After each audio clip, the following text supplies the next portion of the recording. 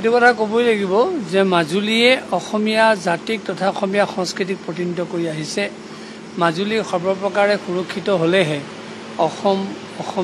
অসমীয়া জাতি অসমীয়া সংস্কৃতি সুৰক্ষিত হৈ থাকিব। আৰু এই মুহূৰ্তত মাজুলীত মাটি বেচা কিনাক লৈ যি মাটি অধিনিয়ম চৰকাৰে গ্ৰহণ কৰিলে, বিশেষকৈ মাননীয় মুখ্যমন্ত্ৰীদেৱে পদক্ষেপ গ্ৰহণ কৰিলে, এই সঁচাকৈ অতি প্ৰাসংগিক এটি কাৰ্য হৈছে বুলি আমি বিবেচনা কৰিছোঁ। আৰু ইয়াৰ যোগেদি তেখেতে প্ৰমাণ কৰিলে যে জাতিক কেনেকৈ সুৰক্ষা দিব লাগে, সংস্কৃতিক কেনেকৈ সুৰক্ষা প্ৰদান কৰিব লাগে, এটাৰ অন্যতম উদাহৰণ। বিশেষকৈ আমাৰ দুখন দলং হৈছে, এখন উত্তৰ পাৰে এখন দক্ষিণ পাৰে।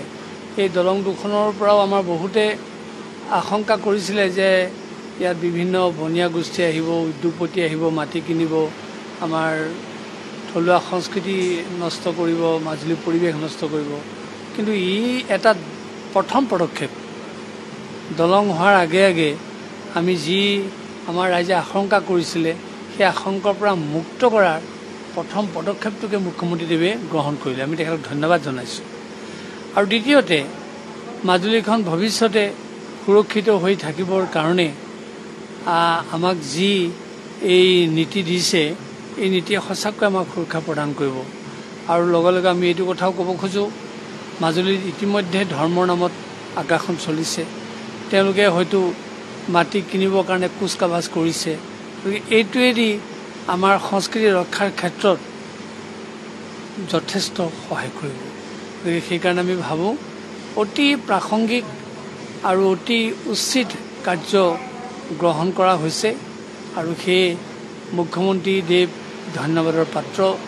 আৰু চৰকাৰে এনে ভৱিষ্যত চিন্তা কৰি মাজুলীক সুৰক্ষা প্ৰদান কৰাৰ কাৰণে আমি কৃতজ্ঞতা জ্ঞাপন কৰিছোঁ। এইটো কথা ক'বই লাগিব যে মাজুলীয়ে অসমীয়া জাতিক তথা অসমীয়া সংস্কৃতিক প্ৰতিনিধিত্ব কৰি আহিছে। মাজুলী সৰ্বপ্ৰকাৰে সুৰক্ষিত হ'লেহে অসমীয়া জাতি অসমীয়া সংস্কৃতি সুৰক্ষিত হৈ থাকিব। আৰু এই মুহূৰ্তত মাজুলীত মাটি বেচা কিনাক লৈ যি মাটি অধিনিয়ম চৰকাৰে গ্ৰহণ কৰিলে, বিশেষকৈ মাননীয় মুখ্যমন্ত্ৰীদেৱে পদক্ষেপ গ্ৰহণ কৰিলে, এই সঁচাকৈ অতি প্ৰাসংগিক এটি কাৰ্য হৈছে বুলি আমি বিবেচনা কৰিছোঁ।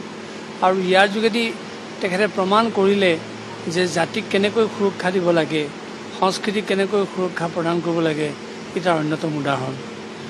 বিশেষকৈ আমাৰ দুখন দলং হৈছে, এখন উত্তৰ পাৰে এখন দক্ষিণ পাৰে।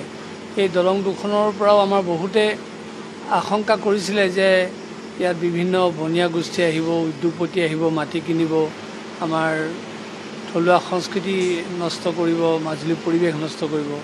কিন্তু ই এটা প্ৰথম পদক্ষেপ। দলং হোৱাৰ আগে আগে আমি যি আমাৰ ৰাইজে আশংকা কৰিছিলে, সেই আশংকাৰ পৰা মুক্ত কৰাৰ প্ৰথম পদক্ষেপটোকে মুখ্যমন্ত্ৰীদেৱে গ্ৰহণ কৰিলে। আমি তেখেতক ধন্যবাদ জনাইছোঁ।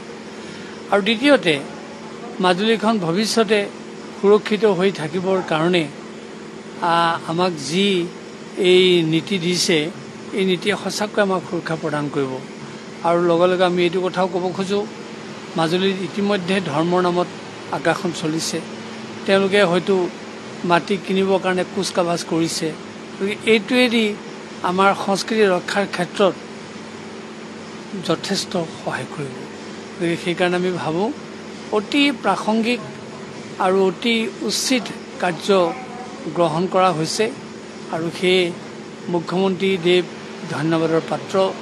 আৰু চৰকাৰে এনে ভৱিষ্যত চিন্তা কৰি মাজুলীক সুৰক্ষা প্ৰদান কৰাৰ কাৰণে আমি কৃতজ্ঞতা জ্ঞাপন কৰিছোঁ।